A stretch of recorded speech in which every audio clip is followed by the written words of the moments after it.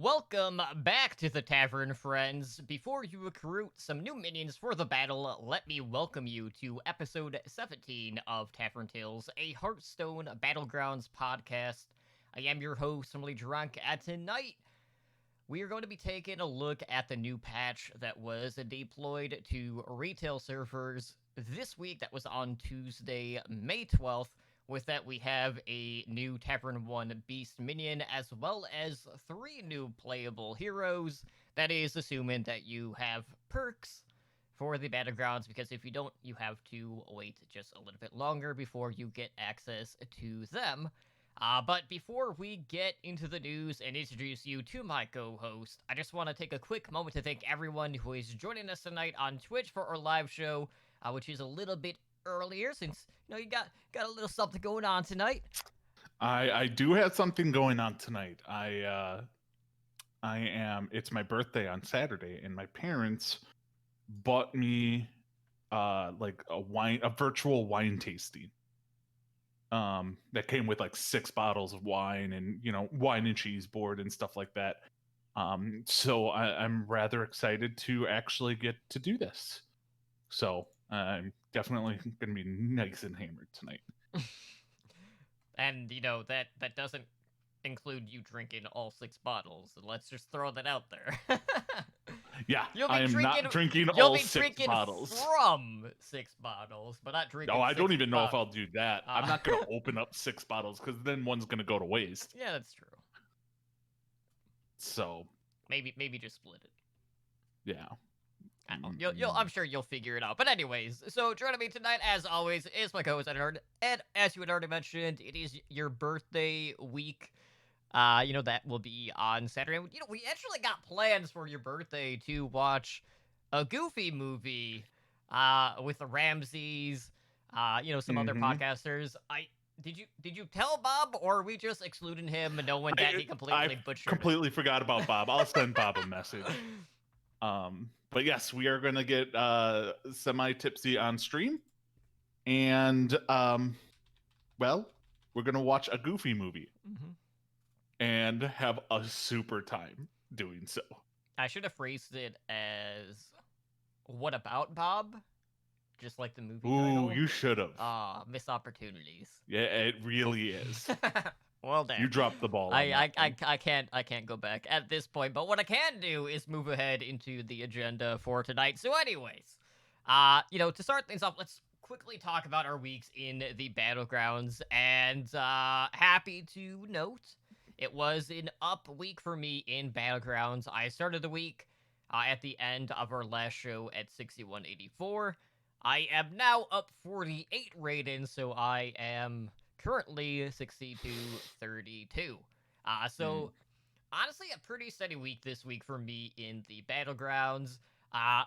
Issue I have had, though, is I've had a really hard time keeping track of my stats this past week. That kind of went to the wayside since the last show that we did, and a lot of that is just due to the fact that I have been playing Battlegrounds either at home, at my sister's place, because we've been hanging out, teaching the kids how to play, also, visiting the nephew Bam, and I've also been playing at work when I'm on break on my phone. So it's just like I can't really keep tabs of certain stats depending on what location I'm at. So I'm probably just gonna have to start fresh in that regard. Or maybe I only play in the alt account when I'm not at home, just so I don't have to really deal with trying to remember what exactly I did when, and, remember all the rating wins and losses and things like that. Now, that being said, I did manage to actually try out all of the new heroes on the patch day. So, of course, I'll be sharing my thoughts on how they performed in just a few minutes.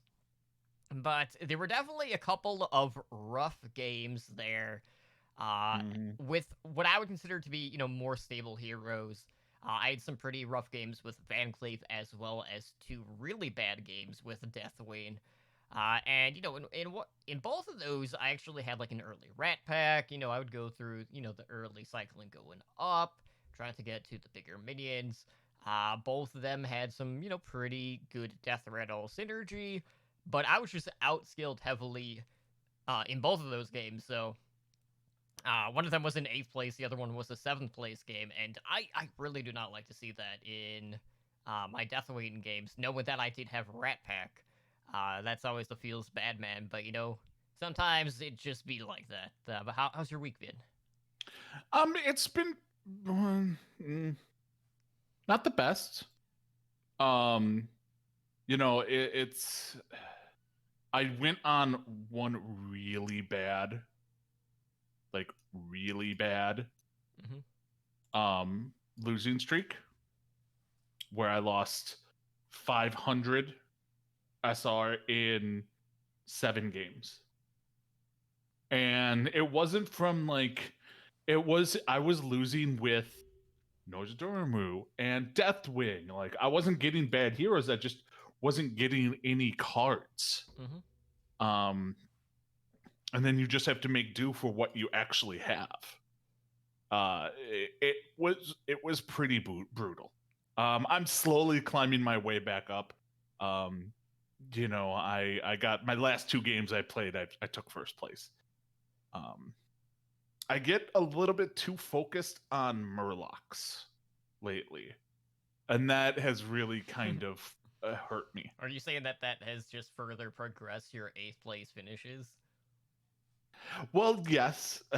Well, actually, I got 1 8th place. Like looking back, I had 1 8th place finish with Murlocs. Okay. I had 2 5th place finishes with Murloc, and then today I actually won with Murloc. So, yeah, I mean, it was good, but they can make you lose rather early. That's for sure. But yeah, if you just don't get the Murlocs to boost that health, like you need to get that brand early, and then you need to start just buffing them because you're gonna lose the the health war out there. So yep, I'm slowly climbing back up to where I was. I gained back probably about 300 of it. It's not Um, not bad. I mean, you no, knocked no, a good chunk of that out. yeah, and it's just sometimes I should have quit And after you're like my like, fourth line, and then I'm like, no, no, no, no, yeah, I'm like good, one I'm good, I'm one good. one more. Yeah, Then and then we'll I'm see what like, happens. Hmm. and then table flipping moment. I'm like, I'm out. Right. So Definitely understandable. But haven't gotten any of the new heroes. strange. Like, and I have the pass to get them, but they have not come up once for me. Well, to be honest, Ed, I want to say you're missing that much. um, but this is a Well, rare turn of events where normally we have this major patch and then we're kind of like scrambling to actually like test everything out. So mhm. this was a nice kind of change of pace Well, with we that. do have, we did get the new #1 tier 1 hero in this patch. It's still really early, but yes. Yes. More on that in just a bit. But anyways, on Tuesday we had a new patch deployed to retail. That would be in May 12th, and that of course would be in patch 17.2. So with the patch 17.2, we got some new additions to Battlegrounds, which included a new minion as well as 3 new heroes. So to start things off, Dire Wolf Alpha has been removed from the minion pool. I know everyone's gonna be heartbroken about that because it just had so much synergy with everything. Not really. Um, I'm happy that this one was gone because it just felt like I didn't see the point of it because it's not necessarily like okay, like it's not like a huge like component for the beast builds. You're really only gaining like an attack. Yeah. I guess like the only good thing is it would technically get a couple of draw potentials on turn 1, but really that was about it. Yeah, I don't even know. Yeah, it could get some draw potential, but it's generally just overall bad. Like I'm trying to think of what tier 1 cards are worse. And I can't, maybe the Wrathweaver. Murloc. Yeah, Wrath Depends, Weaver because and Tidecaller. that actually has synergy late game. Well, I'm talking about like on turn 1. Oh, on turn one, yes, but like Direwolf Alpha is not that good after No. turn one that much, No, it really. doesn't. It doesn't scale at all. Yeah, I'd say Murloc Tidecaller is probably the worst, and maybe Righteous Protector to some degree. But yeah, it did nothing. So Gone is one of the Tavern 1 beasts. In is a Rabid Sorrowlisk, which is a new Tavern 1 beast, which has 3 attack and 1 health. Now this one does gain +1/+1 after you play a minion with Death Rattle. So I thought this was the scale potential is there. Turn 1 viability. There's only one scenario in which you will win the round. Can you think of what that is off the top of your head, Ed? Because it's pretty obvious. Because you think about it. Against AFK. Yes, against AFK or someone that is literally AFK. That is the only chance for you to actually win on round 1 with this particular minion. Now that being said, it does lose to like 6 of the 14 Tavern 1 minions currently. But, you know, the draw, like, the tie potential on turn 1, even if you do pick this, is, you know, fairly high, because, you know, anything it has 1 to 3, basically, health, you'd be able to kill as long as they do not have a Divine Shield. So Yeah. you would basically be losing out to either of the token drops, like a Death Rattle minion, like the Mekaru. Whelp would obviously snipe it. You couldn't eat through the Divine Righteous Shield Protector. for the Righteous Protector, and, you know, Vulgar Homunculus is the 2/4. Obviously, you wouldn't have enough attack in that regard, but out of the Tavern 1 options, it does have the highest started attack. And, you know, I have to say, like, this is a pretty interesting minion. I have had a few late game builds with Beast where I am still running the Sarlisk. But it's interesting to like take a look at the breakdown of what the Death Rattle minions are, like at a tavern by tavern basis. So quickly going through like 1 through 6. At Tavern 1, you have, you know, 3 different Death Rattles. You have the Fiendish Servant, Mekaru, Selfless Hero. You have a ton of options at Tavern 2. There are 7 Death Rattle minions.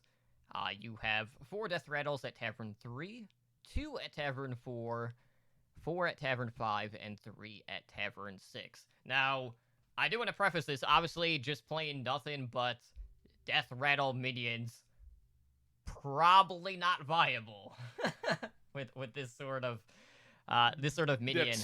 That's a hard pass on that. But like the scale potential getting into the late game, there have been quite a few situations where, you know, it gets above, you know, 30 attack, you know, 20 health plus.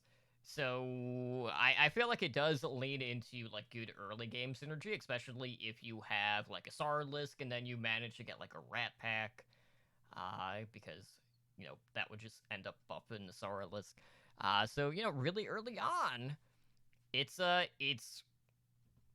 okay, and you know, it scales up over time, but like the combat win rate has actually been pretty good with this minion in particular. Now, the one thing, Ed, I've been wanting to try that I just haven't had a chance to yet is a Tavern 1 run of just running a couple of Sorrowlisks and then going the like Selfless Hero route and trying to see like how much I could actually scale them. My concern with this, and I know like obviously like you're not really vying for like a lobby win. This is like back to like the dancing like Tavern 1 runs where you basically pretty decent opportunity to get in like a top 4 finish. My only concern with this revolving around this minion is the fact that because it does scale over time, I'd be a little bit worried that because of that, there might be less of them in the pool, knowing that it has that stand power as opposed to other minions.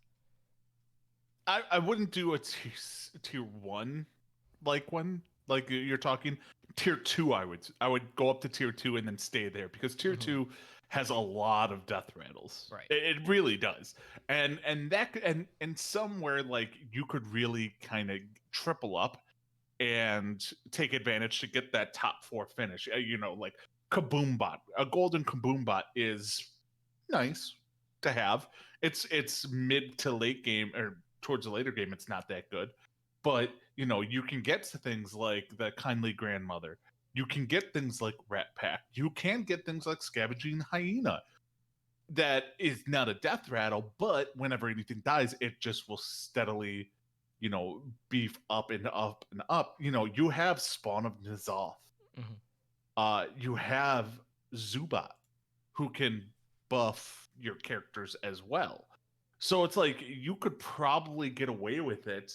And there's other death rattles there that don't have synergy, like Harvest Golem and stuff like that. But you could probably get top four staying at tier two or at 2 stars with this character, but you would have to get one round one and just go to town from there. Mm-hmm. So I've played around with it, and it gets hard to use it late game. Like once you start getting to like everyone's like tier 4 or 5, it doesn't benefit from like a mama bear, or the only thing it can benefit from uh Goldrin. It can benefit from that, but if you're going that route, you're probably are there's better options. So yeah, I don't. It's good till like everyone's kind of in that waiting to go to tier 5 or at tier 5 level of card, which is very good for a tier 1 card. Not many cards can say that from tier 1. Yeah, really the only other one would probably be Wrathweaver, I would imagine.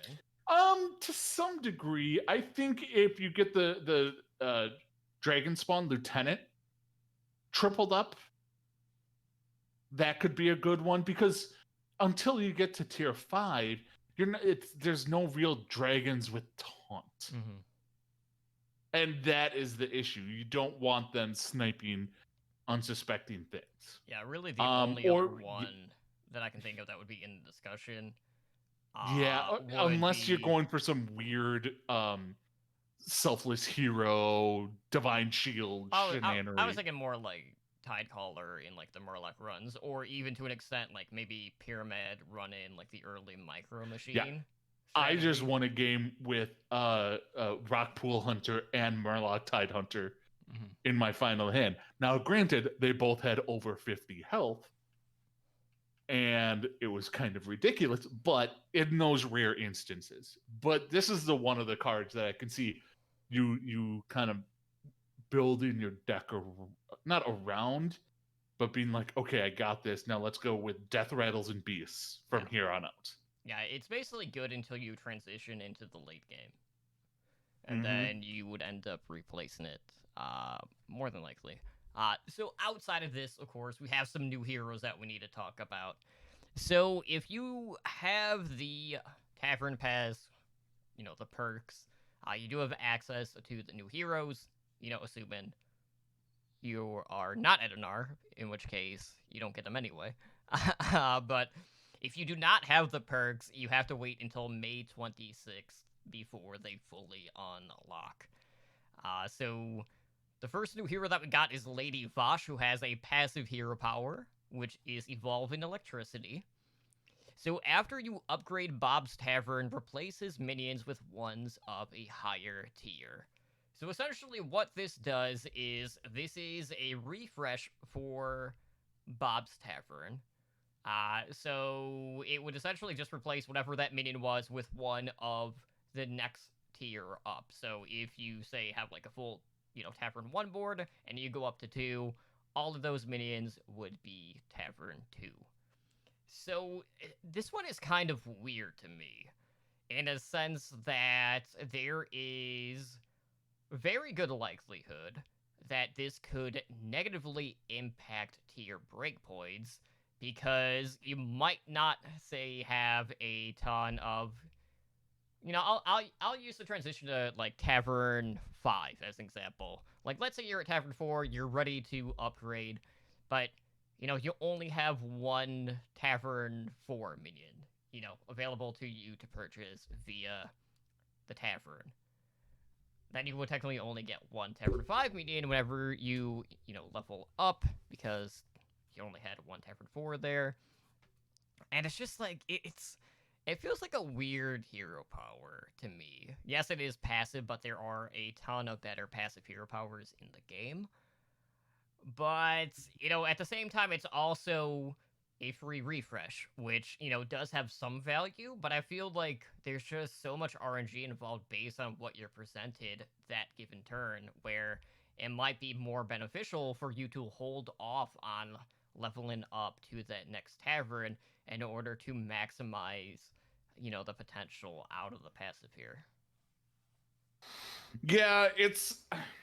I was surprised that Lady Bash was as far down as she was. Now, granted, this is small play time. It's just I don't hate this hero power because the way I think of it as it's a slightly worse Toki. Because when you use it, you obviously, after you upgrade Bob's Tavern, replaces minions with ones of a higher tier. You can't use it as much.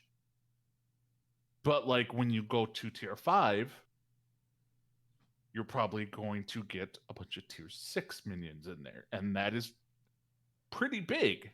Yeah, I don't mind that comparison, but the key difference here is with Toki, you're able to do it multiple times at that tavern, and it's usually the thing that opens up the turn sequence. Whereas Okay. with this, it's offset completely. I guess, all right, I guess a better one is, well, yeah, that it's a weird hybrid of Toki and Elise, Mm-hmm. where you can only use it when you upgrade a tavern,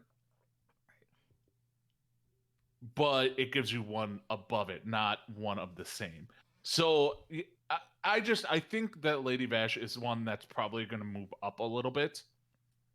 Um, when come next week, maybe I mean not skyrocket, but like maybe higher up in tier 3 instead of Middle in. the bottom 6. Yeah, it's middle tier 4 right now. Yeah, and once we get a couple more games in with it, then yeah, I think there's something about this hero power that I think could be useful. Yeah, so I know the stats are pretty early on, but just so people are aware, for the HS3 play side, the average placement so far with Vash is 4.92. The pick rate currently sitting at 24.6%, which I think was. I'm trying to remember if that was higher or lower than some of the other ones. But anyways, it's not the only new minion that is in tier 4 right now on HS Replay, as we also have I have Shadow Song, who has another interesting hero power, which costs 1 gold, and that is Imprison, which basically makes a minion in Bob's Tavern dormant, and then after 2 turns, you get the minion, and then it also receives a +1/+1 buff. So essentially, the minion that you gain from Imprison doesn't really cost you anything outside of the 1 gold when you imprisoned it. So, you get, a 2 gold, advantage technically based off of that. But the crappy thing about this is the dormant minion actually sticks to the board. So you're in this like awkward situation where you have to factor in, okay, is it better to buy this minion now, or is it better to hold off and buy it later? When, maybe there's an outside shot you'd be able to triple it a couple of turns down the road. It's a really weird process to kind of like think through. So essentially, you're buying a minion for 1 gold, and there's a ton of worth there. But is there worth in keeping a minion in that board space versus the possibility of potentially having something better offered in that slot? So right now, my Ev is doing fairly poor. Definitely near the bottom of tier 4 currently at HS replay. The average placement is also pretty low. I think it's like second to last if I'm not mistaken when I looked earlier. I think Putricide is still holding down that bottom spot. It's third from the bottom right now So in Galakron, average placement. I'm assuming Galakron then is probably the one below. Yeah, Okay. it's Putricide, Galakron, Maev. Well, either way. So I feel like right now, this particular hero has a learning curve where a lot of players don't really know the playstyle yet. And I feel like we need to do some testing with this particular character where, maybe we're better off leveling him more aggressive. Maybe you want to, like, stay on one, like, an extra turn instead of, like, going up to Tavern 2 right away. But it seems like there's a lot of discussion right now about, well, if it didn't take up, board space, like, let's say you got an extra, like, spot on the minion board that isn't locked up by this minion. Would that all of a sudden make Maev overpowered? And I don't think that's necessarily the case. But, right now, I know the one game that I played, I think I got 6th place with Maev. But I only remember use it in prison on 2 occasions in that game. I don't think this is going to be one that is like very proactive where you're using it frequently just because it does, lock that spot. Quite literally because, it wraps it in chains because it's imprisoned. But this is. I like the idea of this, but it's The hard to payoff is really. crap. It's. Like, You can't gauge the value really. well, it has no value. It truly doesn't, because all right, let's do a side by side comparison. So to give one character +1/+1, Right. you have to pay 1, Mm-hmm. and it goes dormant for 2 turns just to give 1 minion +1/+1. Yeah, and that's a loss Now rate. the closest thing to that is Sindragosa. Mm-hmm. You pay 0 to freeze, and the entire Bob's Tavern gets +1/+1. What gives you more value from that? I mean, that's a fair point. Like, three to 6 minions all get +1/+1 for 0 gold, or you pay 1 gold to give 1 minion +1/+1, and it's dormant for 2 turns. Now you do get the minion for free after that, so I guess there's that, but yeah. you go without a minion. Now, where this could, I don't even know. It could be one of those weird things where if you look into the future of, all right, I'm going to dormant this and get it for free and then search for its triple later on. But even that is that's an RNG to a whole new level. Yeah, I feel like one of the uses I can see from this, and this is something that also does apply to the other hero, Kel'Thas, who was also added, is maybe you imprison something like a Baron or a Soul Juggler, where you're trying to take it out of like that snipe potential, whether it is through like a Cave Hydra or a Slywick, because you would be getting an extra attack. Yeah, that's a huge what if. Yeah, but I mean, it's such a small example size too, though. And the big problem I have is, I mean,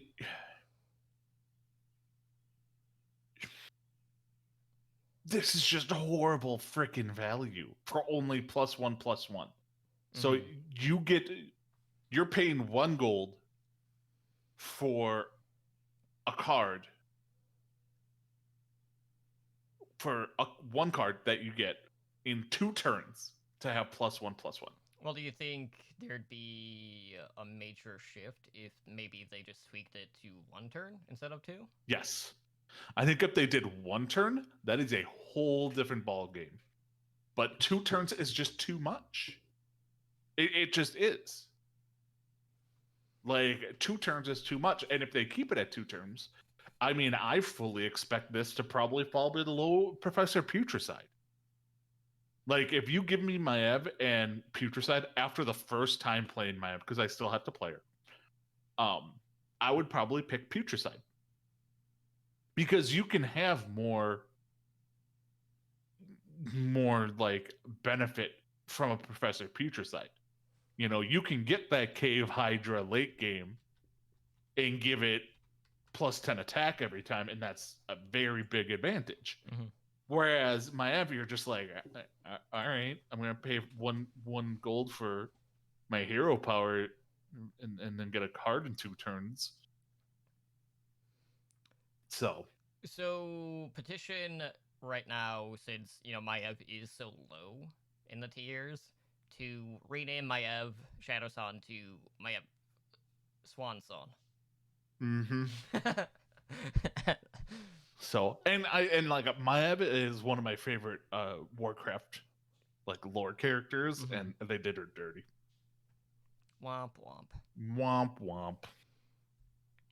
But if they move it, like, here's the thing: if they move it to 1 turn, I feel that they could have a Millhouse situation on their hands, like worst to first type of situation.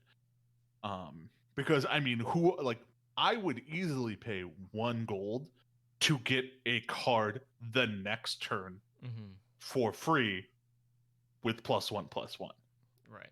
Like, that is a no-brainer. So if they do take it down to 1 turn, at least remove the +1/+1.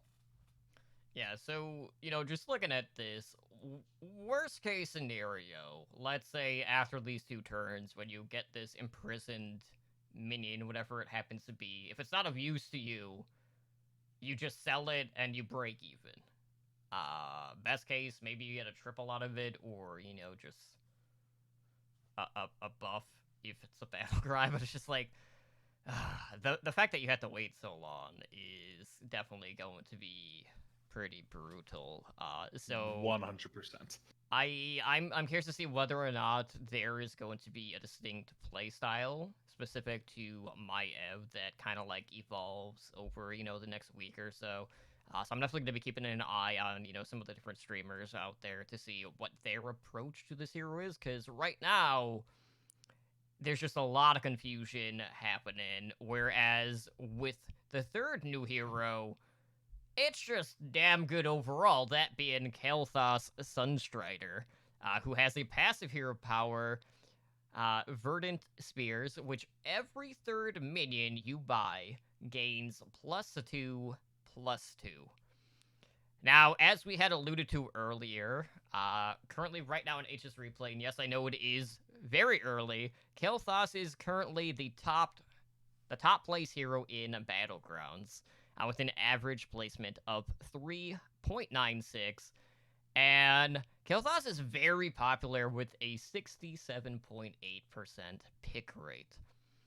So, looking at like top 4 percentages going from first through fourth, you have 13.91%, 16.11%, 15.76%, and 14.76%. So fairly even in the top 4, kind of like across the board there.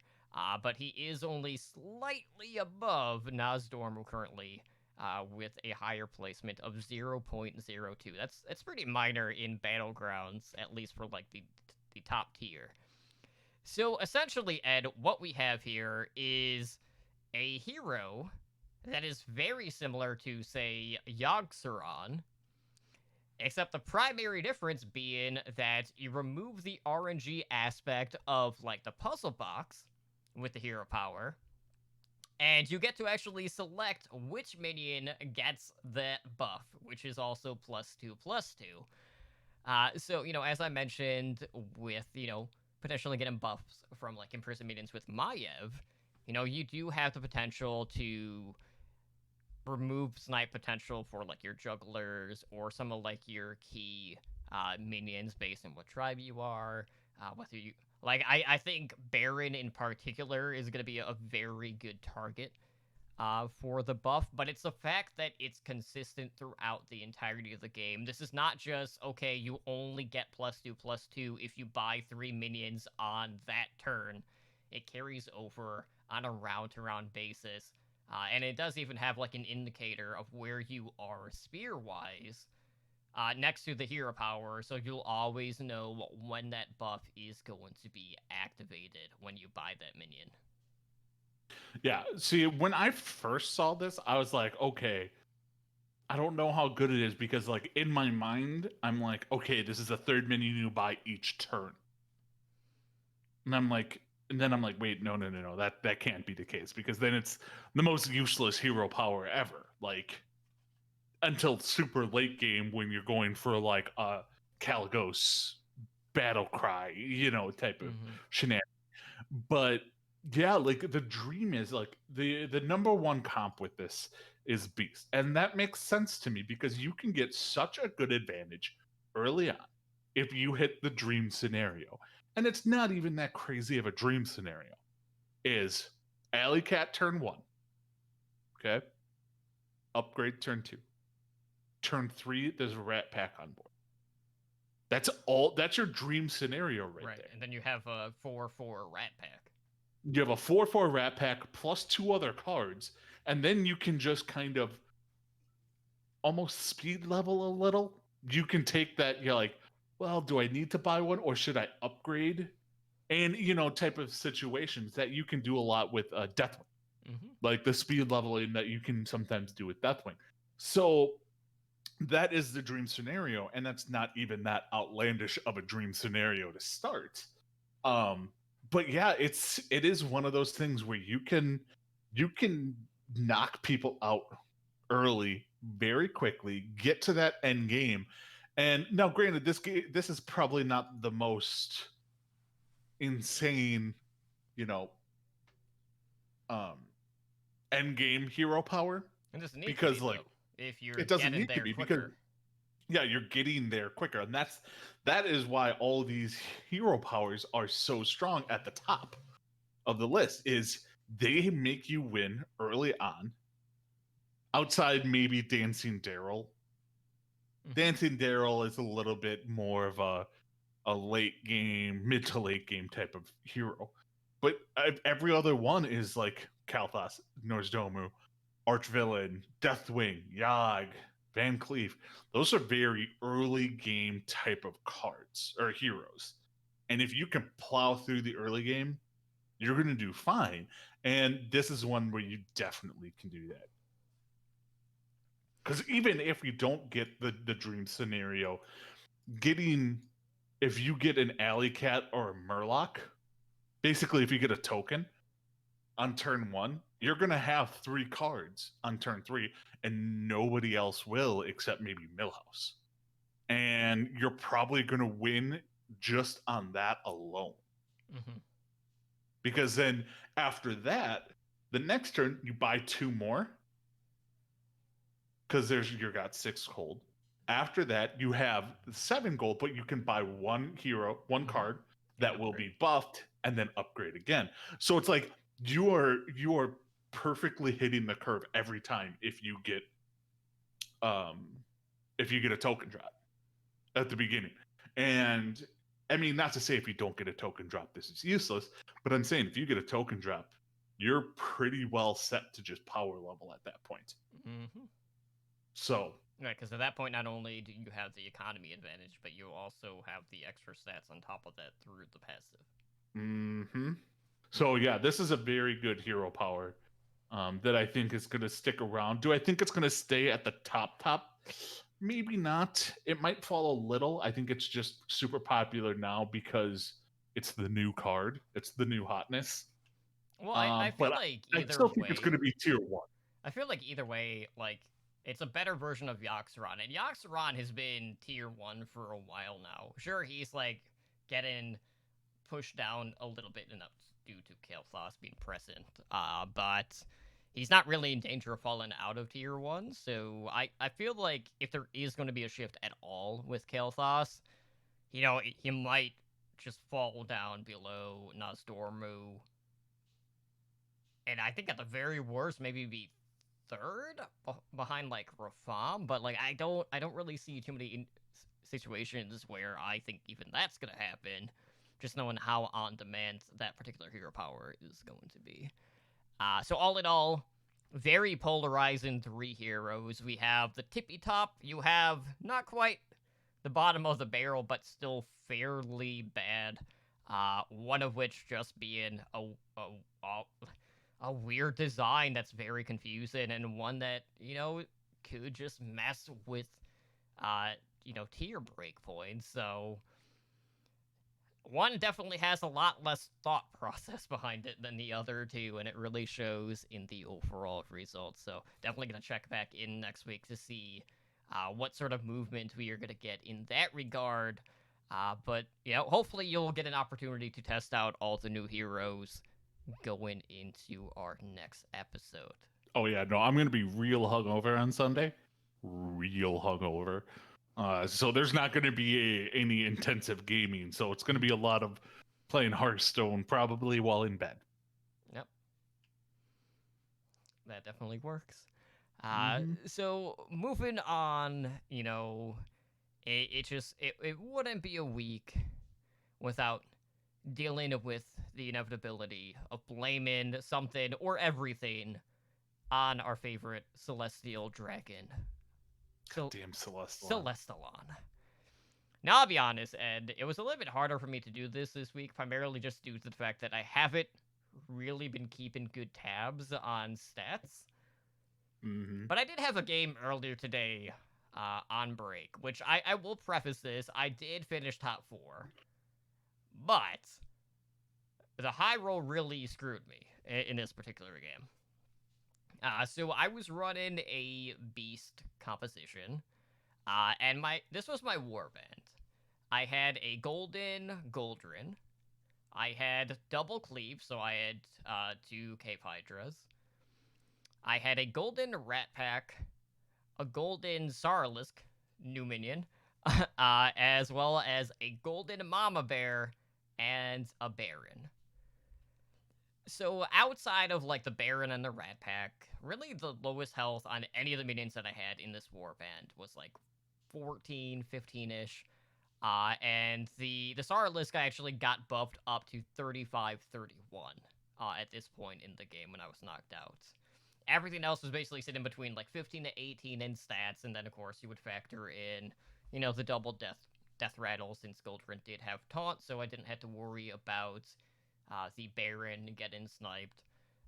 So fairly good stats at that point in the game. But unfortunately, it was down between myself. There was a Dancing Daryl, and of course, Fungal Mancer Flurgle, who obviously running Murlocs. He definitely high rolled, and he ended up tripling a Bran like the turn prior after he knocked someone out for like 25 damage. So I ended up going up against him, and it was essentially me just running into a buzzsaw that consisted of, Divine Shield, he had Poison, he also had the Death Rattle, and I know he got multiple Megasaurs too, because there were a multitude of health buffs on them as well. So it was just like, even if I got a good cleave, chances are, because it was full, poison outside of, the Bran, it was gonna die anyways. So even in a best case situation, let's say I clear off all 6 of the Divine Shields, which is never going to actually happen because, RNG, and, the likelihood of that happening is so slim anyways. I just don't have enough of a board presence to really deal with that sort of thing, and I ended up taking 28 damage in that in that round, and yeah, that was a little bit of an overkill. I did finish in third overall, but it's just one of those situations. Anytime you're in the late game, and there is still a Flurgle in the lobby, you're just like, okay, let me see how many triples does Well, this guy crap. have. He has got 3. It's like, Right? like I am just hoping that he doesn't have Divine Shield poison. And sometimes you might look out, he might only have one of them. But Mm-hmm. anytime there's a multitude of them, it's just, well, GG's. I don't have the staying power on the board to really combat with what he's doing. So that's an easy concede. Yeah. So it would be easy for me to blame Celestalon for my losing of 500 SR. It would be the easy route to go. But I'm not going to. I'm going to blame Celestalon for a first place finish I got today because I am bitter about it. Okay. So, if you got a Megasaur and you had a Murloc board and you had 4 Megasaurs, would you assume at least one of them had Divine Shield or Poison out of the 4? Well, seeing as you already told me this, um, I haven't I had mean, I by haven't had a laws of like situation. statistics, I haven't had you a would get at least situation one. where I had 4 in one. I have had it happen when I've had 3, where I didn't see Divine Shield or Poison. Yeah. So I had 4. Didn't get a Divine Shield or Poison. Now, granted, my stuff was so beefy, I was going to win anyway. But I'm just like, are you kidding me? Like, I just want to do this and then walk away. Because at that point, I could have. And Mm-hmm. I was the only Murloc in the game. Like, out of the 8 players, I was the only one who went Murlocs. So I just was picking. I had 2 Razor Gores I bought just because I didn't want other people to get them. Like, I was flush. And I'm just like, I just want this bittersweet moment to get Divine Shields and, Poison. Even Divine Shields. Nope. I got +3 health on all of them each time. So I'm blaming you, Celestalon, for that. Yes, I took first place. And this sounds like first world problem, but deal with it. There's only so many different options you can get with that too, which is really the thing that Mm-hmm. really feels like a low blow. Yeah. And My, like Wind Fury is just so bad. yeah, like I really dislike when it's like, okay, you could have Wind Fury plus Taunt. attack. Well, the taunt one I don't mind, primarily just because you can cycle in the scavenger that gives you like +2/+2 for all taunt minions. You could, but it's not one that like I'm taking +3 health over taunt any day of the week. To me. Yeah, I mean, I could definitely see that. Like if I would take taunt probably over +1/+1. I guess it really boils down to if you're okay with losing the board space for a minion in order to gain the stats from the +2/+2 versus, just keeping, whatever the minion is at that point. So I really guess it depends on, like, if you're just cycling something in and out versus just keeping your current board state. As, you're rolling for triples in that regard. But yeah, definitely a feels bad man moment when you're just not able to hit that divine shield. But sometimes you're just able to scale regardless, and just lay the hammer down on the opposition, just like you did in that particular game. It was down to 3 of us, and I beat the other guy, and the other guy lost to a ghost. And I'm Nice. like, yes. That's always a bad feeling. You're just like, oh, and it was in my F. I'm Mm-hmm. like, and I hadn't faced them in probably like 10 rounds. So I'm like, how the hell did you get up here? Because I've faced everyone that we went against, and no one was remotely powerful. Mm-hmm. So like, how bad was your hand? And I kind of wanted to see it, but then I'm like, oh, it's probably dormant. So All right, so moving into our pick 2, you actually chose Fungal Mancer Flurgle and Illidan. I was a little confused by this one because I don't think they're actually that close in regards to the stats. Right now, hold on, let me. The problem is since we're in the process of updating HS Replay for the latest patch, the overall amount of games on here isn't that massive. Yeah. Because like To me, it was more like I wanted to go Flurgle versus Illidan because I wanted to see if you would go lock yourself into Murlocs okay, or go with something else that doesn't have a super high win rate. And I could have picked any of them. Like I could have picked Nefarian or Reno or Lich King or Shutterwalk, but I wanted to do one of the new heroes. So I was like, okay, would you pick Flurgle and lock yourself into Murlocs, or would you pick Illidan and actually have a little bit of wiggle room on what you want to run? in this situation,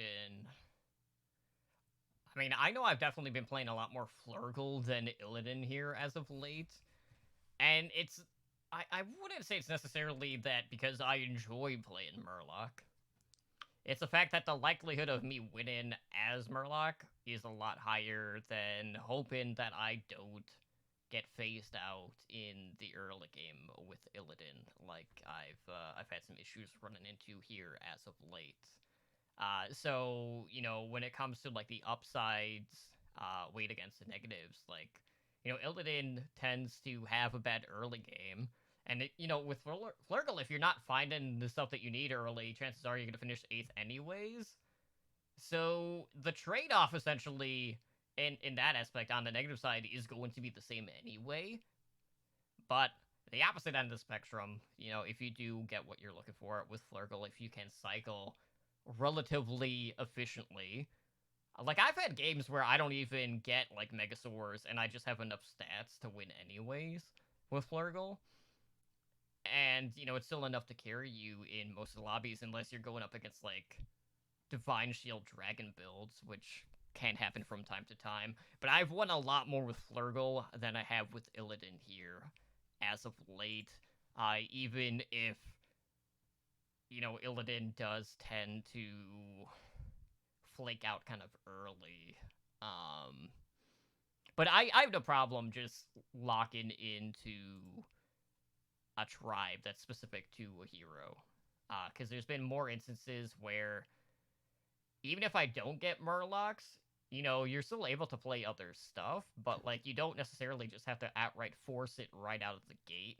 It's just a matter of how much damage you're actually taking leading up to that point where you can make that transition. Yeah, no, I completely agree. I think the only reason I would go Illidan over Flurgle, and that's how I'm gonna always. I know it's Flurgle, but it's gonna be Flurgle. To go with McGurgle, is Illidan has more of a 50-50 win chance across the board. Mm-hmm. And I'm thinking more in my head blackjack than anything. You know what? I'd rather have a 50-50 chance across the board than have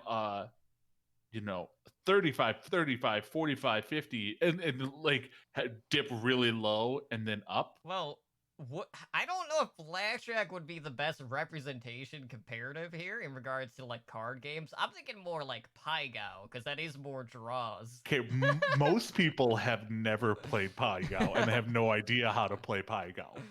Well, I But mean, like neither when did you I, but it's a perfect drinking game. I mean, come on. but blackjack to me blackjack is a 50-50 game. If you play it right and play it by the odds, blackjack is a 50-50 game. Fair. It's just nobody plays it right. And sometimes it's just not fucking fun to play it right. And that's the problem. But it's one of those games where blackjack is essentially a 50. And that is what I like about that because he is like after turn 3, he floats between 48 and 53% win rate for each round after that. Mm-hmm. So that is what I'd say. But part of me also would pick Flurgle because I enjoy playing Murlocs and punishing myself. Yeah, Yeah, I mean, even looking at the combat win rate for Flurgle, like it's pretty brutal in that early game. It doesn't go above 50%, based on the current patch until turn 9. But you go as high as like 75% combat win rate, which is pretty ridiculous. Even when you compare them to like other heroes that are available to you. So I wonder how that would stack up in the grand scheme of things, where maybe Flurgle would actually have like the highest win rate like at any point on the turn. I don't know. We'll have to look into that. That'd be something I'd be curious to see. Even if it just wasn't like turn specific. Science. Yeah, I'll definitely look at that after the podcast. But for the most part, like when Illidan came out, I was anxious to try him just because like the concept behind the passive hero power, where you're essentially attacking first twice, was pretty enticing. But you need to have the minions that are going to be able to afford to take the hit. So like there's a Mm-hmm. weird balance between finding the right thing and putting them in the right position, and then even that in itself could really mess with people learning just how, like in what state you need to have your warband in order to maximize the potential out of those first two strikes. It feels great when you're able to get like two snipes right off of the bat. Doesn't feel good if both of said minions end up dying in the process. Mm-hmm. No, I completely agree, but sometimes you need them to die. Sometimes. I've still only played like 3 games with Illidan though, so I need to get more work in with him. Well, that's still 3 more games than you have compared to the 3 new heroes. Valid. I will give you that.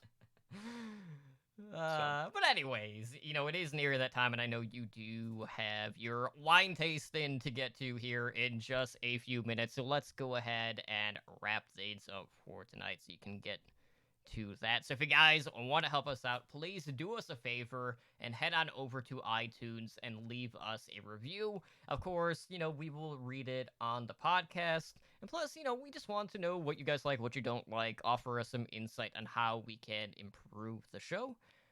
And of course, we have a number of different ways how you guys can contact our podcast. So, Ed, why don't you please go ahead and let them know how they can do that? all right. You can reach us through email at taverntalespodcast at gmail.com. You can reach us on Twitter, and that's at taverntaleshs. We do stream live on Twitch at twitch.tv/taverntaleshs, Thursdays, 5 p.m. Pacific normally. We do have a Discord at discord.me/OWLN show. You can follow me personally on Twitter at Ednar83, or you can come over to my Twitch at twitch.tv/Ednar, where we will be having a goofy movie hangout in 2 days. Totem, where can they find you at? Yeah, well, you can find me over on Twitter. That would be at Totally_Drunk_CTR. And I do stream every once in a while on Twitch as well at twitch.tv/TotallyDrunk. So again, guys, I do want to thank you for joining us tonight in the tavern for another episode of Tavern Tales.